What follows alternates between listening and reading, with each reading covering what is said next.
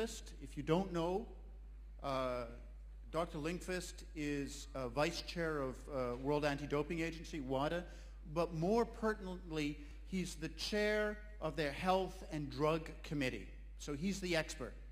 He's the man who sets the standards. We've heard from Jonas Hoffmann that the rate of doping among athletes is being much exaggerated, presumably for media to get lots of sensational headlines, and that really only 0.27% of athletes actually dope. Perikles Simon thinks it's an epidemic, it's an uncaught epidemic, and WADA is, I presume, somewhere in the middle, trying to get balance, trying to get something there. I'm not sure. First question, is World Anti-Doping Agency actually an efficient organization, or are you guys just living the high life, creating this inefficient, incompetent institution? Oliver, I'll kick off with you. Well, thank you. I think we are deep in the real life, and that's why, as you say, you know, we are dealing with realities here. I mean, it's always easy to paint the devil on the wall, but in fact, you have to deal with what the reality is out there. So, I think I said in my talk pretty plainly that testing is not the only answer. And that's clear. I mean, we know that you can escape testing. We've got famous example, which I have cited.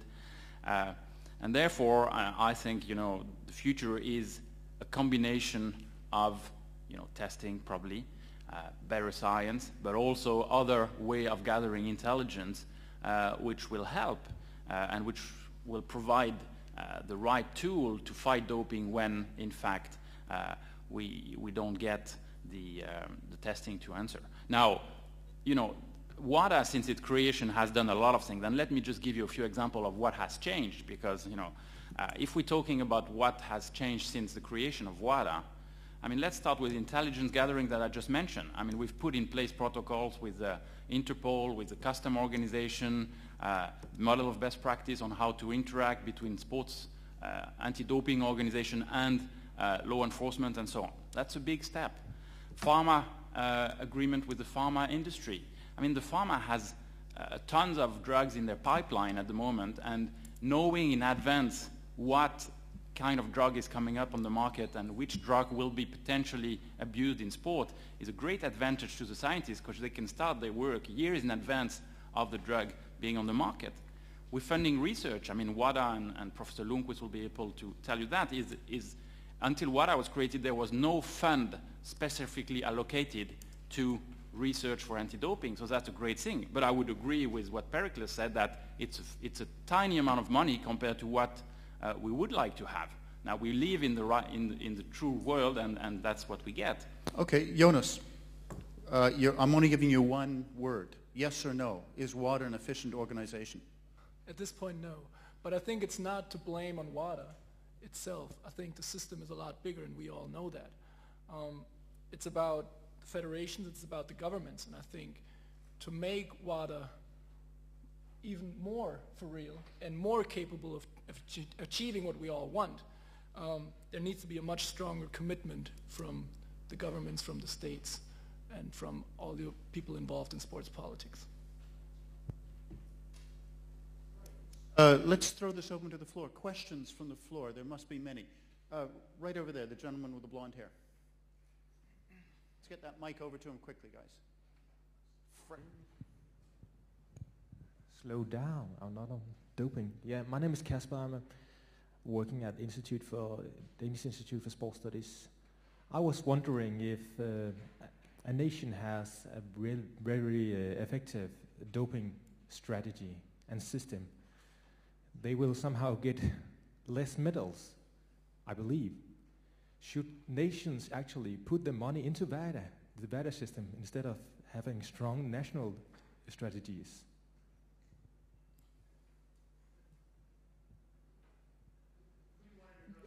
The WADA man, of course, he... Well, I think, you know, I've given the example before, the provocative example of having the French testing the German and vice versa. I mean, there's of course an inherent conflict and potential conflict of interest between, you know, having a nation which is successful in sports and catching the cheaters in your sports, which would prevent you to get these medals. I think that's why, I mean, the WADA position is really to insist on the independence of the national anti-doping bodies, wherever they are and how they are created. They need to have independence from the governments, both in terms of governments and in terms of funding, so that whatever they do is not, the government doesn't have the power to cut the fund if they get too many people, or doesn't have the power to change the president if he gets too efficient. Right. Let me ask that specifically to Dr. Ljungqvist. Have you seen a specific example where there's been a country that has such a strong anti-doping agency, it stopped them winning medals? No, not so far, but it may come. I agree that, first of all, if I may, you asked an original question about whether WADA has been successful or not.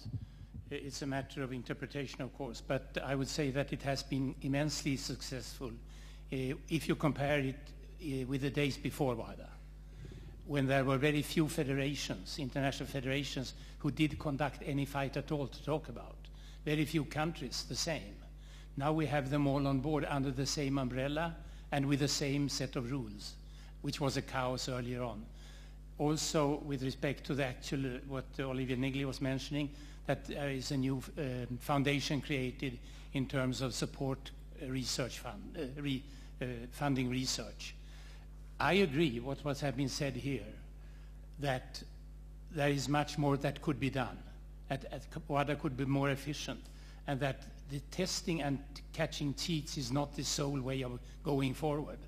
And I was particularly supportive of when I saw Perikles Simon's last slides, asking for more law and regulations out there in the countries to prevent doping from spreading.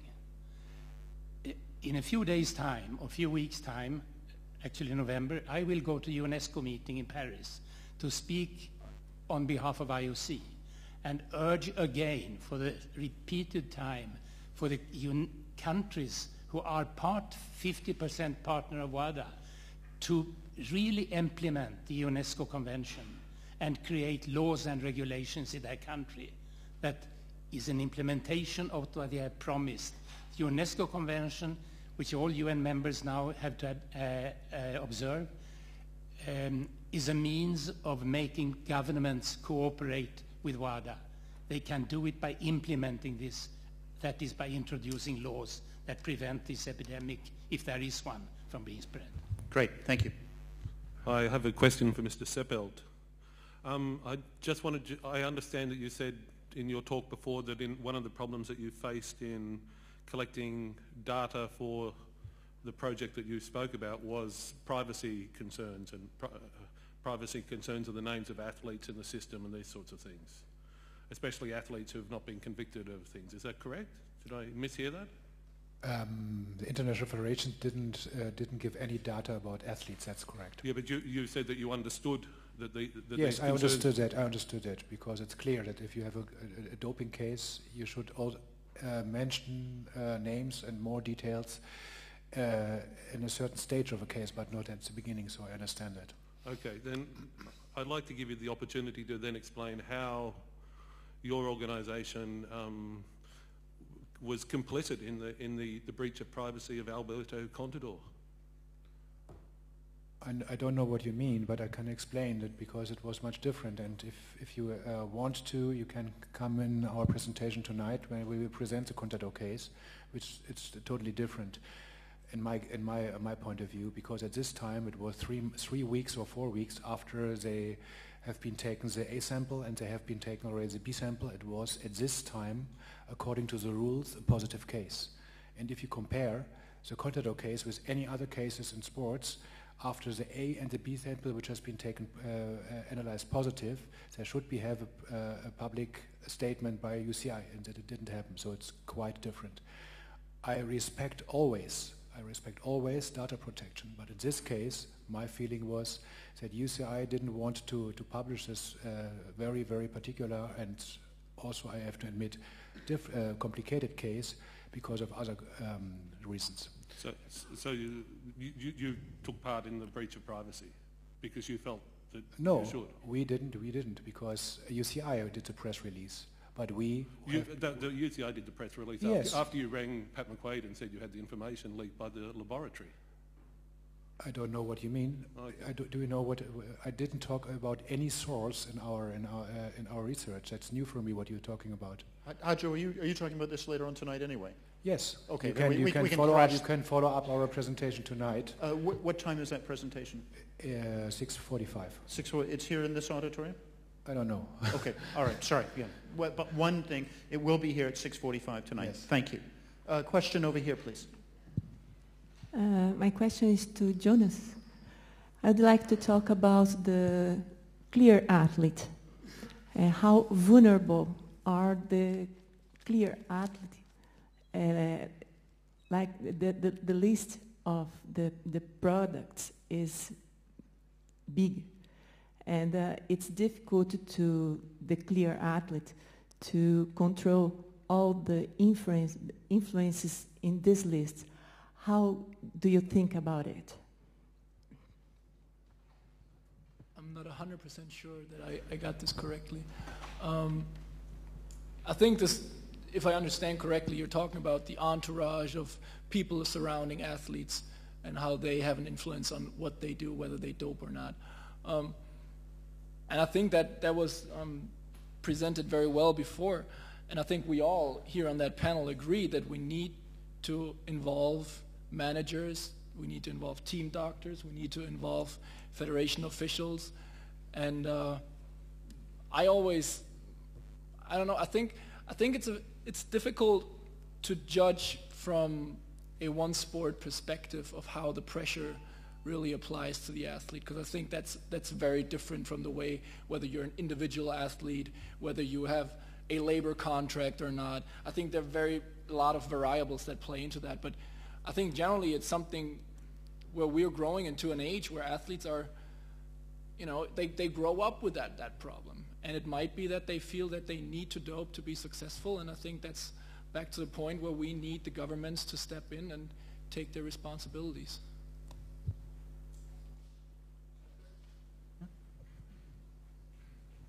It's a bit of a follow-up question on what you just answered. You said earlier, check on everybody, not only check on the athletes. And at the beginning of your talk, you were raising concerns about privacy, integrity of the athlete, informed consent. Now you don't want to get rid of that, but enlarge the controls on other people who do not run, swim, jump, or do whatever. How do you control the entourage? I'm a manager of a sportsman. Am I subject to surveillance as well? Then suddenly, do I get to wear something or a tag or, it's a bit contradictory what you said, and I wonder how you would control the entourage. I would answer that with an example, which is maybe not the complete answer to the question, but which shows the approach that we have right now. A few weeks ago, the UCI published the no needle policy, which means that riders themselves and the people around them are not allowed to carry infusion technical stuff during a competition or whatever. And they're not allowed to have that in their rooms and so forth. Now, a statement was made that obviously with the managers of the teams and so forth, they could not be checked whether they had something within their room, because the UCI or whoever does it could not walk into their room to check that. Now, from a German perspective, if a German rider competes in the World Championships or something, then their hotel is probably paid by the federation, and the federation is probably receiving funding from the government.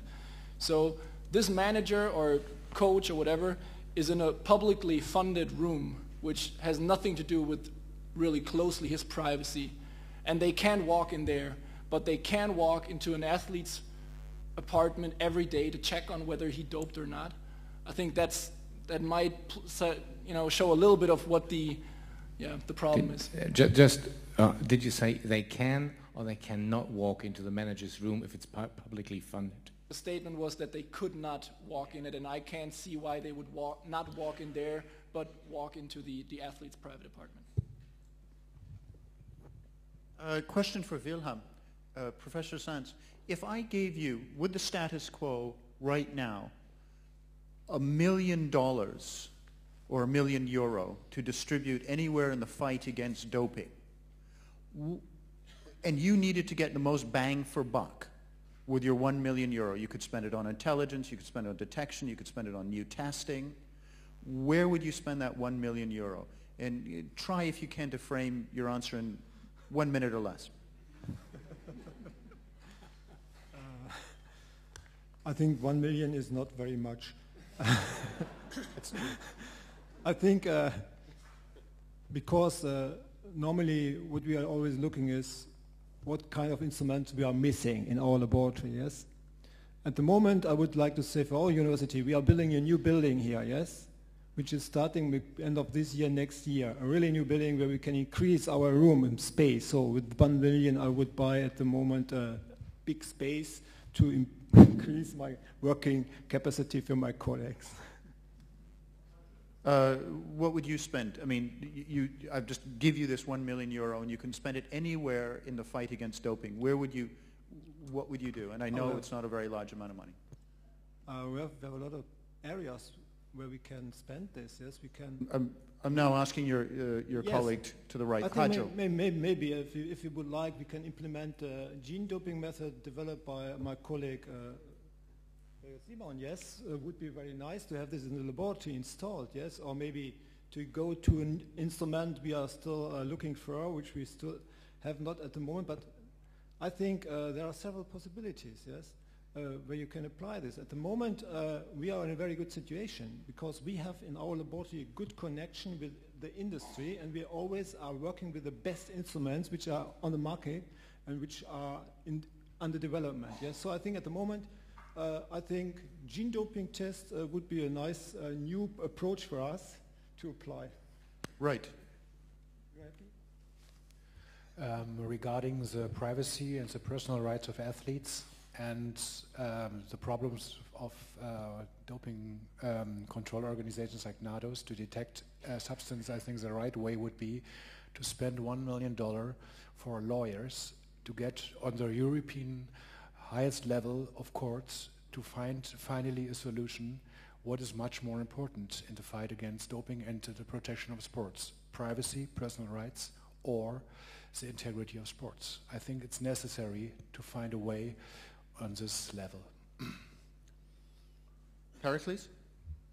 Oh yes, I've been waiting for the $1 million question. I also think it may not be a lot of money, but I would use the money in order to redistribute the money which is already in the system, in the anti-doping system. And I would try to convince people with the money, however this could be achieved, that we need something like competition in the anti-doping scene. So we don't only need independent oversight, which would be or can be done by WADA, I think. We also need that there is competition among the different federations, among the different nations, that they test each other. And the good news is, because some of you might be afraid that false positives are going to pump up, that's not an issue, because you can test the accuracy of the work of a laboratory much more better than testing your athletes. That's not really a big deal. So I think we would have this possibility, but it's a political decision, and you would need to spend this $1 million in order to convince the politicians. A legal campaign, a media campaign, and possibly a new gene therapy. A question over here.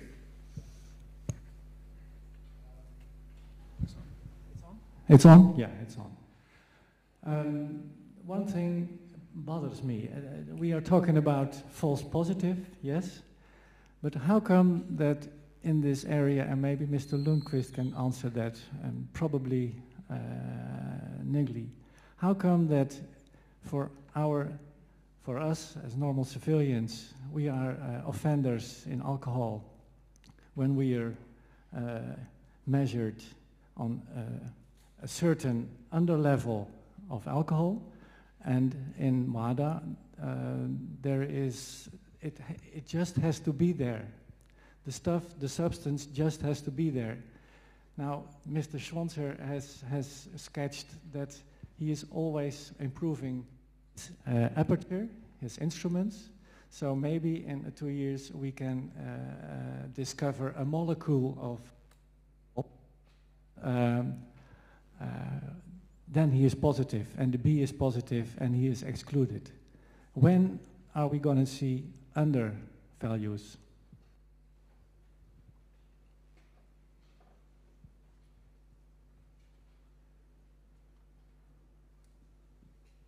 Well, if you at least you mentioned my name.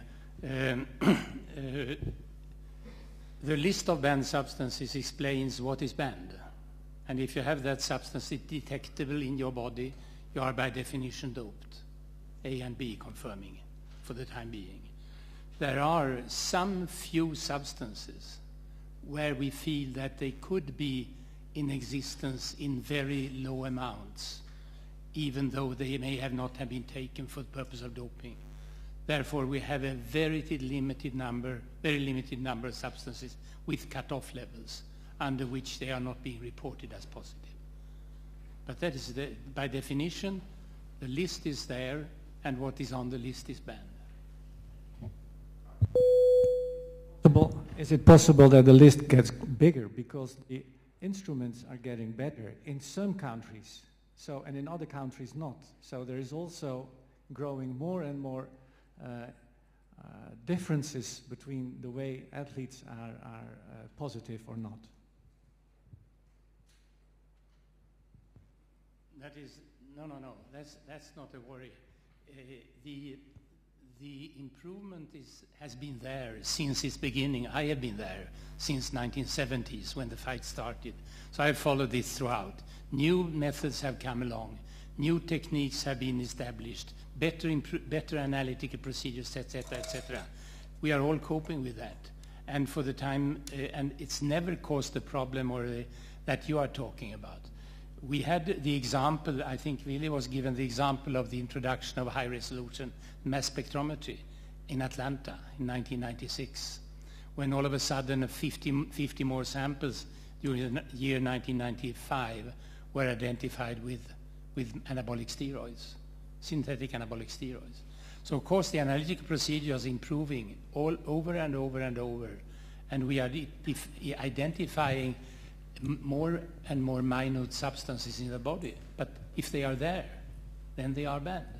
And they are banned, they are doped, by definition. Question over here. Why do you want, why you don't want to spend money for primary and secondary prevention?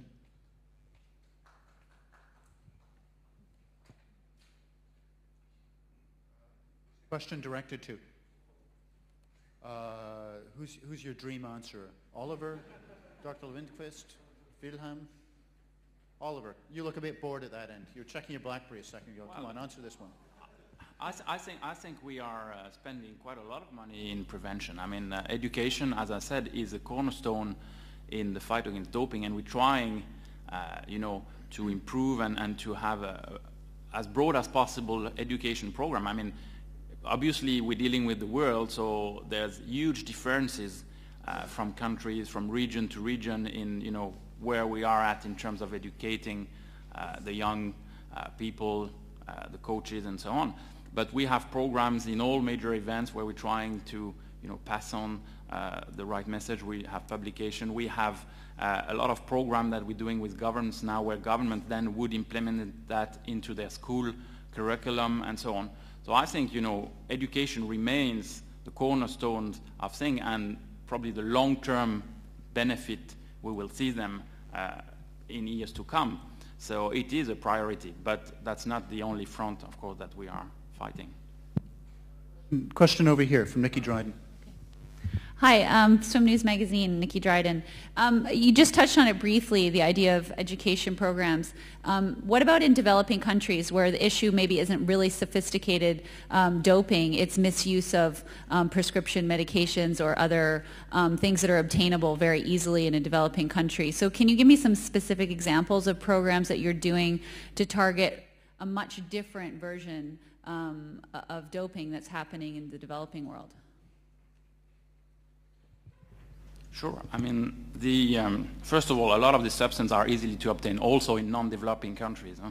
But, you know, what we've done in many, many countries, and I've mentioned the number before, 122, we've created what we call regional anti-doping organization, which is a partnership between the governments in the region and the National Olympic Committee of the region, in region where the individual countries do not have the resources to actually create their own anti-doping organization, but by grouping them in a region, we managed to pool the resources. And within those regions, mainly in developing countries, we've put into place a program with the local authorities, which would be, you know, which would address the people at the level where they are, with the background they have and so on, to try to sensibilize them in the problems of doping. We've also been going to all the games which were taking place in developing countries, like the All African Games and things like that, with programs in the village for young athletes. We went to the Youth Olympic Games also, where you see athletes of a different level coming from different horizons than the top level athletes, to try to get on the education message.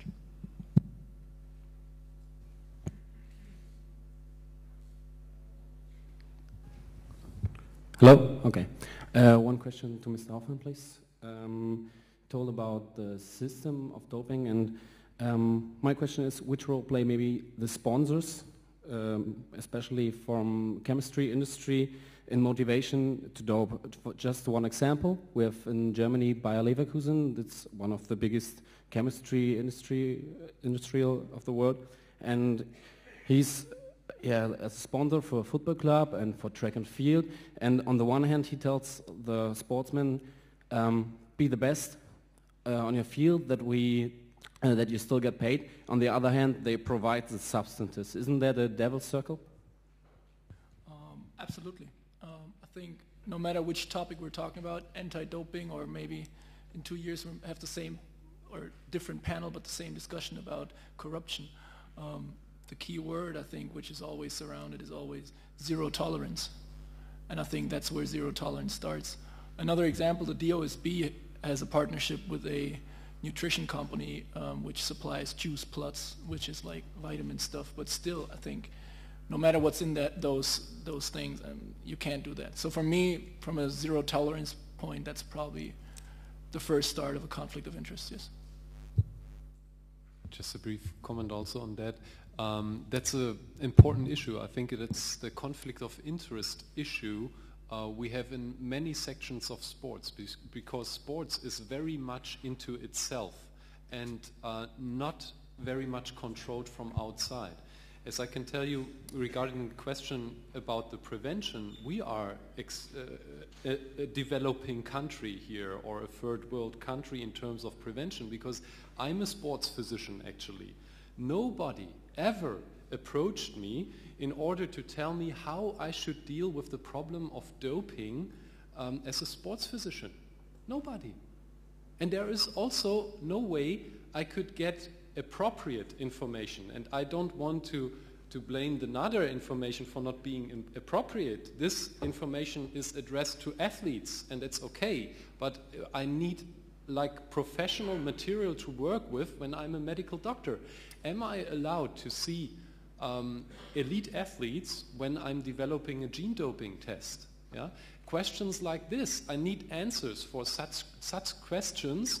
Am I allowed to stay on the field when I'm also working for WADA? I mean, at least WADA sent me a conflict of interest sheet this year. It was the first time. Yeah, so this is developing now, but it's really, in terms of, if you compare it with clinical medicine, it's absolutely underdeveloped, the whole issue. One more question maybe on this case. We have, of the same size, we have, I read an article some weeks ago, and it was on the Side magazine, Side newspaper, in Germany, and have the question: do we have now a lobbycratic system and not a democratic system, which is going with the consolidation of might and power for big companies all over the world, within the globalization of the world? And this is where it starts, especially from my case. So what do you, it wasn't the question, what do you think? Do you agree with that, or what do you think about, to everyone? Just briefly from the athlete's perspective, of course sports is a huge market, and I think when we look back over the last 20, 30 years, it has boomed up to an enormous economy. And I think in every economy these days, lobbyism is a big issue. And absolutely, I mean, that's part of the deal, absolutely. And I think from the athlete's perspective, interestingly enough, in Europe, the athletes have the smallest voice on the table because they're not as well organized probably at this point as federations are, or as sponsors are, or I don't know who, but absolutely that's an issue, yeah.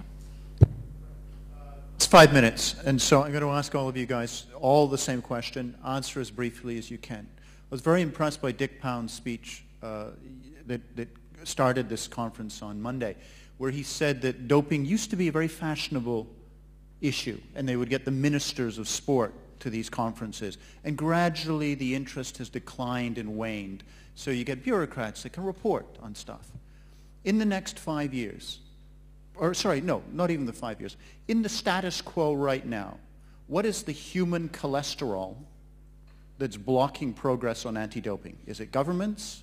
Is it the IOC? Is it sports federations? Is it sponsors? Or is it fundamentally the athletes simply don't care about anti-doping? Hajo, please. I think it's a question of media, because it gets more and more boring. Because always to talk about doping cases, after a little while, it gets boring. Sport is entertainment. Sport is funny for a lot of people. You like to watch it. And if people like us are coming to destroy this dream and this fantastic atmosphere, this is not good for people who like to watch the show. And it is a show. Sport is almost a show. Always, almost ever a show. So I see that since some years. In 2006 in Germany, for example, we had a very, very big discussion, a very big support from our work, and I have to say it's getting lower and lower, because not in my company, but general interest in Germany is that you always have the same structures. There's a positive doping case, it's a black sheep, it's a white sheep, you never know. So you discuss the subject more or less superficial in a way which is mostly not very detailed and sensitive. So after a little while, the audience is not interested anymore. And I think to get it on the same level like some years before, it's very, very complicated. So I think, honestly, the media part of the whole story is a very, very important one. And if media are not interested in the discussion about doping, this subject will get much more uninteresting for the audience. Right, the media. Perikles, please.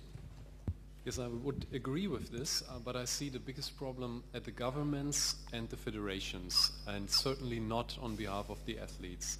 And the reason is that they still think they can maintain just the thing as it is. Because, and I doubt it. I really have to say that there are formats in the media like Germany's Next Top Model or like Schlag den Raab, and I think that's the new kind of sports. That's actually the thing where all the taxes should go to, because that's exactly what the governments and what the big federations want. They want a fight. They want, they want a show, and that's a really good one where every day you have a lot of spectators, and not only when there are Olympic Games. So I think it's almost game over, and they just don't notice it. Wilhelm.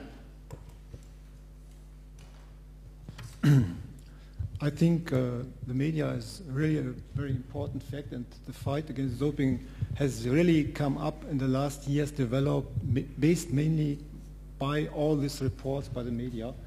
And I think that sports with doping should be without any tolerance.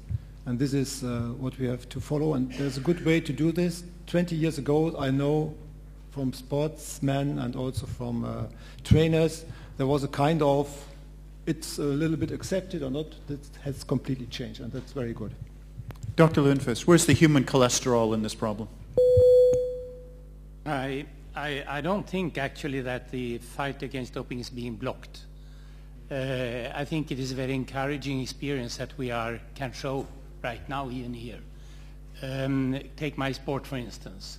Today that's a track and field athletics. Today you will win gold medals at Olympic Games which would not have qualified for the final in the Olympic Games in 1988, 25 years ago.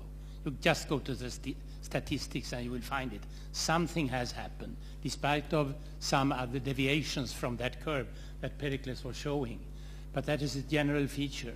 And above all, we have got the public support.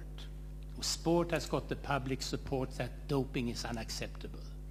We have the governments in the world with us in the WADA board. They have declared non-tolerance. No, Dr. Ljungqvist, are you talking now as a member of WADA or as a member of the International Olympic Committee? I'm talking as a former athlete. Okay. Fighting against doping since 30 years. 40, sorry. Jonas. I would probably be very close with Professor Simon. I think it's generally everybody, but at this point it's very important that governments and federations get a better understanding that sports, as where it has developed now, cannot remain, I would not say outside, but besides the law.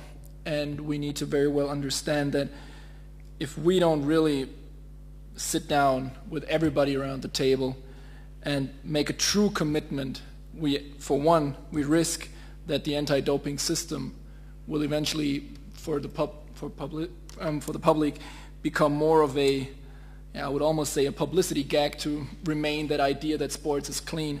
And on the other hand, we risk that at some point there will be a court case that might tear the system down, and that's the worst thing that could happen. So we need a true commitment from everybody to sit down and talk. Final word? Well, I think things are still moving, so we're not yet into the total cholesterol blockage. But I think one of the main reasons is that because anti-doping is complex. It's a very complex issue. You cannot fix it overnight with a magical tool. And you know, when you're a politician, sometimes you'd rather have a quick answer that you can publicize or you can get credit for, when in fact the fight against doping is something which is long-term and will require commitments over long-term from politicians, from sports, on complex issue. And I think sometimes, you know, people would rather have something simpler. All very much for your participation in this panel. A round of applause, people, for the... Thank you, guys. The next. I would also like to thank the panel, and now we are going to have a coordination and endurance test with very little doping at hand, but I would need a refreshed program. Perhaps I can borrow this from, because now is one of the critical moments of the conference where we have to ensure a good participation at 4 different panels with energetic energetic audience. And just to make sure, we can delay the start of the next sessions by 5 minutes, so they will start 10 to 5. And just very, very briefly, I will just say that there are 3 sessions taking place here in the auditorium street, and 1 in the seminar room 5. And you can ask the volunteers to direct you there. That is seminar room 5 is the measure session about myth and facts about sports participation. In this room we will have a continued debate about anti-doping, challenges and shortcomings. In auditorium 2 you will have the professional football, hopes and realities, and in the auditorium 3 meet the sports movie makers, where you will see clips of very interesting sport movies. But then comes the real challenge, because After that, you will go directly to 4 sessions will become 3 sessions, and they will all take place here. And that will be about transgender challenges continued, the use of data in investigative sports journalism, and crime and fair competition. And between the 2 blocks, you can have a short snack so that your cholesterol or whatever will be okay. And then we will have a late dinner at 8 o'clock and a networking arrangement and a glass of wine. Thanks.